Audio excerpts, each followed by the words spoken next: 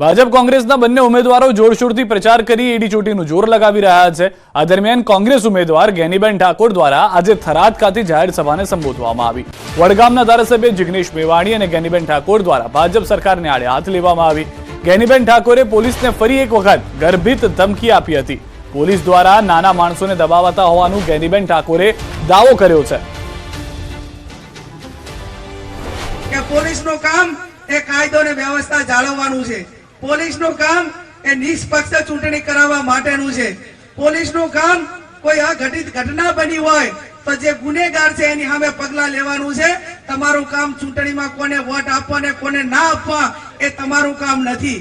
અને આ પ્રમાણે જો તમે કરશો તો એટલું તો ધ્યાન રાખવું પડે કે તમે જે પગાર લ્યો છો, જે પગાર તમને મળે છે ને એ ભાજપના કાર્યાલયથી પગાર નથી મળતો। એ તમારા ખાતામાં પગાર એ બનાસકાંઠાની जनता, ગુજરાતની जनता અને 18 આલમ 36 કોમના પરસેવાના ટેક્સના પૈસાનો તમને પગાર મળે છે। તો પહેલીવાર નથી જ્યારે ગેનીબેને આ રીતે ખુલ્લી ચીમકી આપી દીધી હોય। ગેનીબેને પ્રહાર કરતા જણાવ્યું કે દેશમાંથી ગોરાઓને કાઢવા ફંડિંગ કરવામાં આવતું હતું, તે પ્રમાણે હાલ ચોરોને કાઢવા માટે લોકો ફંડિંગ આપી રહ્યા છે। આ દેશમાંથી ગોરાઓને કાઢવા માટે સુખી સંપન્ન ટાટા અને બિરલા અને ધનવાન જે પરિવારો છે એ મદદ કરતા હતા।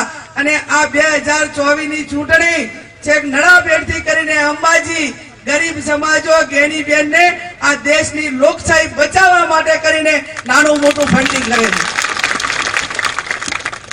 પહેલા ગોરોને કાઢવા માટે કરીને ફંડિંગ થતું હતું અને આ વખતે ચોરોને કાઢવા માટે કરીને સમગ્ર બનાસકાંઠાની જનતા ફંડિંગ કરે છે।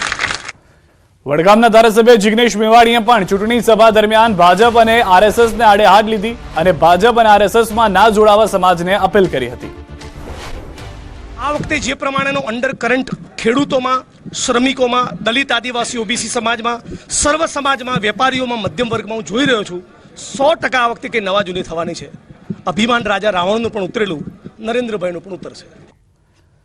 આણંદ જિલ્લામાં આવેલી ફતેપુરા ચોકડીથી બગોદરા તારાપુર હાઈવે પાસે ખંભાત પોલીસ દ્વારા વાહન ચેકિંગ અભિયાન શરૂ કરવામાં આવ્યું। 7મી મે યોજાનારી આણંદ લોકસભાની ચૂંટણી અને ખંભાત વિધાનસભાની પેટા ચૂંટણીમાં આચારસંહિતાનું પાલન થાય અને કોઈ પણ રીતની ગેરરીતિ ન સર્જાય તેને ધ્યાનમાં રાખી આ આયોજન હાથ ધરવામાં આવ્યું હતું।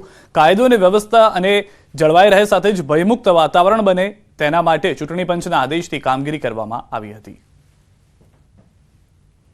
ફતેપુરા જે છે એ મેઇન સૌરાષ્ટ્રમાંથી એન્ટ્રી છે જે ખંભાત થઈ અને આણંદ જિલ્લામાં પ્રવેશ કરી શકે, એટલે કે અગત્યનો અને મહત્વનો પોઈન્ટ છે જ્યાંથી બીજા જિલ્લામાંથી એન્ટ્રી થઈ શકે। એટલે એના અનુસંધાને અહીંયા ચેકપોસ્ટનું પણ ગોઠવવામાં આવેલી છે જેથી સઘન રીતે એનું વાહન ચેકિંગ થઈ શકે અને આદર્શ આચારસંહિતાનું પાલન થઈ શકે એના માટે આ આયોજન કરવામાં આવેલું છે। લોકસભાની ચૂંટણી નજીક આવતા જ અમદાવાદ ક્રાઇમ બ્રાન્ચ પણ એલર્ટ થઈ ગઈ છે। ચૂંટણીલક્ષી બંદોબસ્ત સહિતની બાબતોને સમીક્ષા બેઠક યોજાઈ, જેમાં ક્રાઇમ પ્રિવેન્શન ડિટેક્શનની પણ સમીક્ષા કરવામાં આવી હતી। ત્યારે પોલીસ કમિશનર GS મલિકે કહ્યું ગંભીર ગુનાઓમાં 22.3%નો ઘટાડો થયો છે। આ સાથે તેમણે કહ્યું હતું કે છેલ્લા 9 માસ દરમિયાન ગુનાખોરી કાબૂમાં છે। 597 લોકોને પાસા કરવામાં આવી છે અને ગત વર્ષની સરખામણીએ ગુનાખોરી કાબૂમાં હોવાનો પોલીસ કમિશનરનો દાવો છે। જે સાથે જ તેઓએ કહ્યું કે ચાલુ વર્ષમાં 3 માસમાં ચોરીના બનાવ કે નશામાં ગાડી ચલાવનાર સામે કાર્યવાહી કરનારને ઇનામ આપવામાં આવતા આ પ્રકારના ડ્રિંક એન્ડ ડ્રાઈવ કેસો ચાલુ છે। આ સાથે તેમણે નાઇટ રાઉન્ડ ઇફેક્ટિવલી કરવામાં આવતા ઘરફોડ ઘટી હોવાનો પણ દાવો કર્યો છે। હું કહી શકું કે ગુનાખોરી કાબુ હેઠળ છે। અમે પ્રિવેન્ટિવ એક્શન પણ ખૂબ જ ઇફેક્ટિવ લઈ રહ્યા છીએ। મારા સમય દરમિયાન અત્યાર સુધી કુલ 597 એટલે 597 લોકોની આપણે પાસા કરી છે। બીજા પણ જે ચેપ્ટર કેસો રાખવાના 110 તડીપારની પણ કાર્યવાહી કરી છે। હમણાં જોઈએ તો આ વર્ષની આપણે સમીક્ષા કરતા હતા કે જે હે ને 3 મહિના થયા છે, ચોથા મહિના અત્યારે ચાલે છે, તો ગુનાખોરી પણ કાબુ હેઠળ છે। સુરતથી મહત્વના અને મોટા સમાચાર મળી રહ્યા છે। ક્ષત્રિય આગેવાનો સાથે પાટીલની બેઠક થઈ છે। ક્ષત્રિય આગેવાનો ભાજપને સમર્થન આપ્યું હોવાની મોટી જાહેરાત। ક્ષત્રિય આંદોલન વચ્ચે મોટા અને મહત્વના સમાચાર। ભાજપ પ્રદેશ પ્રમુખ સહિત અનેક નેતાઓ ક્ષત્રિય આગેવાનો સાથે બેઠક કરી રહ્યા હતા। એ દરમિયાન સુરતથી મોટા સમાચાર મળી રહ્યા છે। ક્ષત્રિય આગેવાનો સાથે પાટીલની બેઠક સફળ રહી હોવાની જાણકારી મળી રહી છે. રાજકોટના ઉમેદવાર કેન્દ્ર સરકારના મંત્રી શ્રી પરસોત્તમભાઈ રૂપાલા સાહેબે જે નિવેદન કરવાને કારણે આખા ગુજરાતના ક્ષત્રિય સમાજમાં એક રોષનું વાતાવરણ છે. સ્વાભાવિક છે, અમને હર્ટ થયું છે અને એના કારણે આજે જે લગભગ 108 ક્ષત્રિય સમાજના આગેવાનો દક્ષિણ ગુજરાતના અહીંયા આવ્યા છે, એ પણ રાજકોટના જે સંમેલનમાં હાજરી એમણે પણ આપી હતી. પરંતુ એમનું સ્પષ્ટ માનવું છે કે આ જે જવાબદારી કે જે રોષ છે એમનો રૂપાલા સાહેબની સામે છે. એમનો આદરણીય પ્રધાનમંત્રી શ્રી નરેન્દ્ર મોદી સાહેબ સામે કોઈ પણ પ્રકારનો વાંધો નથી. આ દેશના, આ રાજ્યના કે આ વિસ્તારના વિકાસમાં મોદી સાહેબનું જે યોગદાન છે એને વિસ્તારે પાડી શકાય નહીં. અને એટલા જ માટે એમણે ભારતીય જનતા પાર્ટીની પણ સપોર્ટ કરે છે અને આદરણીય પ્રધાનમંત્રી શ્રી નરેન્દ્ર મોદી સાહેબ માટે પણ એમને ખૂબ સન્માન છે.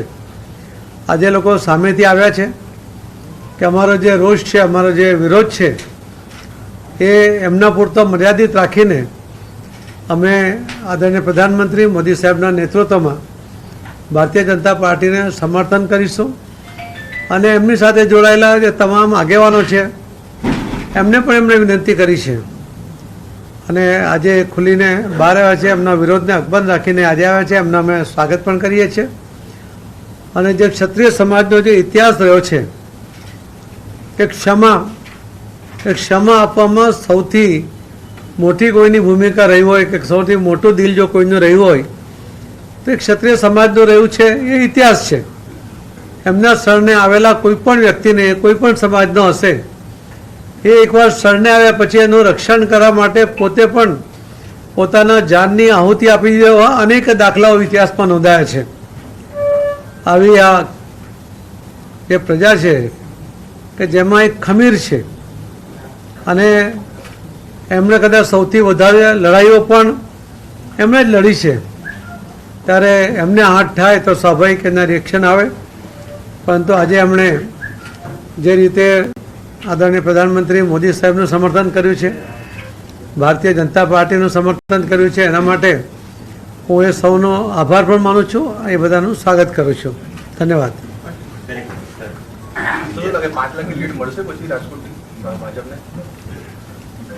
અમારો ટાર્ગેટ છે, અમે પ્રયત્ન કરીએ છીએ. ભારતીય જનતા પાર્ટીના કાર્યકર્તાઓની જે રીતે તૈયારી છે, પ્રધાનમંત્રી શ્રી મોદી સાહેબની જે લોકપ્રિયતા છે, લોકોનું એમના માટે જે સમર્થન છે, એમના પ્રત્યે જે લોકોને વિશ્વાસ છે અને એના માટે પોતે જે લોકો એક સંકલ્પ સાથે આગળ વધી રહ્યા છે, ત્યારે અમારી અપેક્ષા છે, અમારી વિનંતી પણ છે કે ભારતીય જનતા પાર્ટીને એના તમામ ઉમેદવારોને જંગી મતોથી જીતાડે અને સમર્થન કરે એવી એમને વચ્ચે વિનંતી કરું છું. ધન્યવાદ. આગેવાનો છે, દક્ષિણ ગુજરાતના ક્ષત્રિય આગેવાનોની લાગણી સૌરાષ્ટ્રના ક્ષત્રિયો સમજશે, પહોંચશે ત્યાં સુધી? ને આ એક પ્રયત્ન છે. ભારતીય જનતા પાર્ટી અલગ અલગ વિસ્તારની અંદર અમારા રાજ્ય કક્ષાના ગૃહમંત્રી શ્રી હર્ષભાઈ સંઘવી, શ્રી રત્નાકરજી, શ્રી અમિતભાઈ શાહ સાહેબ અને કેટલીક જગ્યાએ હું પણ પોતે આ આગેવાનોને અલગ અલગ જગ્યા મળ્યું છે. એમની સાથે મેં વાત કરવાનો પણ પ્રયત્ન કર્યો છે. એમનો આવેદનપત્ર પણ મેં માંગ્યું છે. પરંતુ જે વિરોધનો વંટોળ હતો, વાવાઝોડું હતું, એના કારણે અમને બહુ જ રિસ્પોન્સ નહોતો મળ્યો. પણ અલગ અલગ વિસ્તારની અંદર જે ભારતીય જનતા પાર્ટી સાથે ચૂંટાયેલા છે, પદાધિકારીઓ છે, વર્ષોથી જોડાયેલા છે, એમને પણ એવું લાગે છે કે હવે આમાં કંઈક સમાજે વિચારવું જોઈએ. એ એમનું પોતાનું અંગત મંતવ્ય છે. સમાજને અપીલ કરવાનો એમનો અધિકાર છે અને સમાજ એમની વાતને સ્વીકારે, એમની અમારી બધાની જે લાગણી છે, જે ગુજરાતના હિતમાં છે, જે દેશના પણ હિતમાં છે. તો આ વિનંતી ફરી આપના માધ્યમથી હું સૌ ક્ષત્રિય સમાજના, આખા ગુજરાતના સૌ આગેવાનોને મારી વિનંતી છે કે તમારી લાગણી ગવાઈ છે અને એમાં કોઈ બેમત નથી. પણ સાથે સાથે જે તમારે ક્ષમા કરવાની જે તાકાત છે એ તાકાતનો પરચો ફરીથી આપીને દરગુજર કરીને શ્રી મોદી સાહેબના નેતૃત્વમાં ફરીથી આપણે આગળ વધીએ એવી વિનંતી કરું છું. ધન્યવાદ. રૂપાલા સાહેબ 4 થી 5 વખત માફી જાહેરમાં માંગી છે.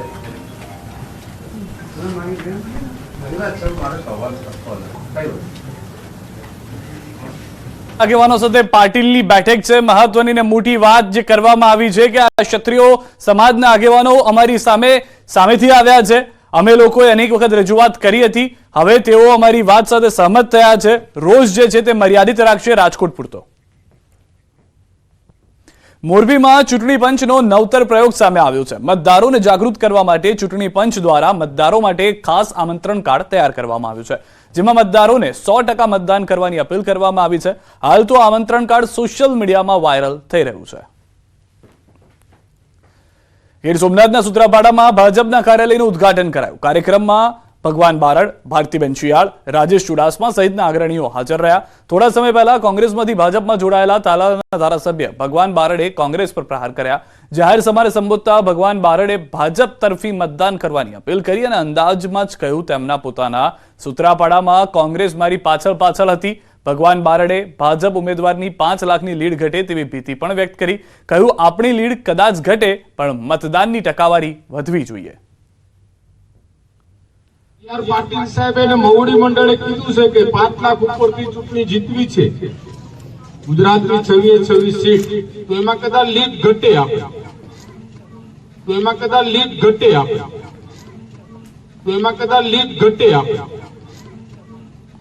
એટલે મતદાન છે એનો રેશિયો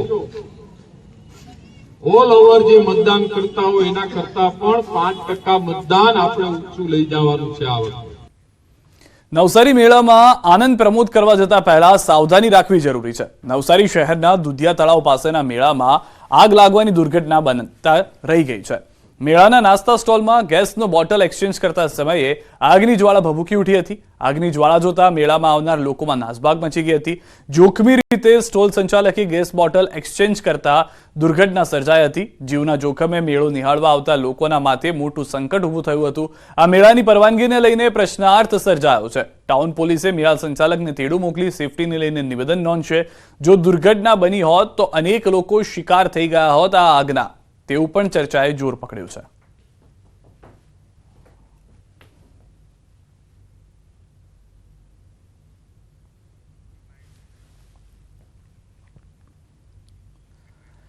જૂનાગઢમાં પ્રધાનમંત્રી નરેન્દ્ર મોદી વિરુદ્ધ અભદ્ર ટિપ્પણી કરનાર યુવકની પોલીસે ધરપકડ કરી છે. હૈદર અલી નામના યુવાને 2 કોમ વચ્ચે વૈમનસ્ય ઊભું થાય અને પીએમ વિશે અભદ્ર ટિપ્પણી કરતી ઇન્સ્ટાગ્રામ અને વોટ્સએપ પર પોસ્ટ વાયરલ કરી હતી. બાદમાં તેમણે ગુનો છુપાવવા પોસ્ટ ડિલીટ કરી નાખી હતી. ત્યારે હાલ પોલીસે ટેકનિકલ સોર્સને આધારે અલી કુરેશી નામના યુવકની ધરપકડ કરી કાયદાનું પાલન કરાવ્યું હતું. 2 કોમ વચ્ચે વૈમનસ્ય ફેલાય અને ધાર્મિક લાગણી દુભાય એ પ્રકારની પોસ્ટ કરેલી અને ત્યારબાદ ડિલીટ કરેલી, તેમજ દેશના માનનીય પીએમ સર વિરુદ્ધ પણ અપમાનજનક શબ્દો પ્રયોગ કરતી પોસ્ટ કરેલી ડિલીટ કરેલો. તો આમ છે 2 કોમ વચ્ચે વૈમનસ્ય ફેલાવતી પોસ્ટ કર્યા બાદ ડિલીટ કરી પુરાવાનો નાશ કરેલો. જે બાબતની ગંભીરતાને ધ્યાને લઈ એસઓજી મારફતે તપાસ કરતા આ જે હૈદર કુરેશી નામના શખ્સ વિરુદ્ધ આઈપીસીની કલમ 153B, 505A, 504, 201 મુજબ છે એ ડિવિઝન પોલીસ સ્ટેશનમાં ગુનો દાખલ કરવામાં આવ્યો છે. પોલીસ ભરતી મામલે મહત્વના સમાચાર. અત્યાર સુધીમાં 7,11,000 અરજી કન્ફર્મ થઈ છે. કુલ 8,63,000 અરજી આવી. 1,50,000 અરજી કન્ફર્મ કરવાની બાકી છે. ઉમેદવારોના પ્રશ્નોના ઓનલાઈન જવાબ અપાય છે. વેબસાઇટ, યુટ્યુબથી અપાય છે જવાબ. હેલ્પલાઇનની પણ ઉમેદવાર કરી શકે છે સંપર્ક.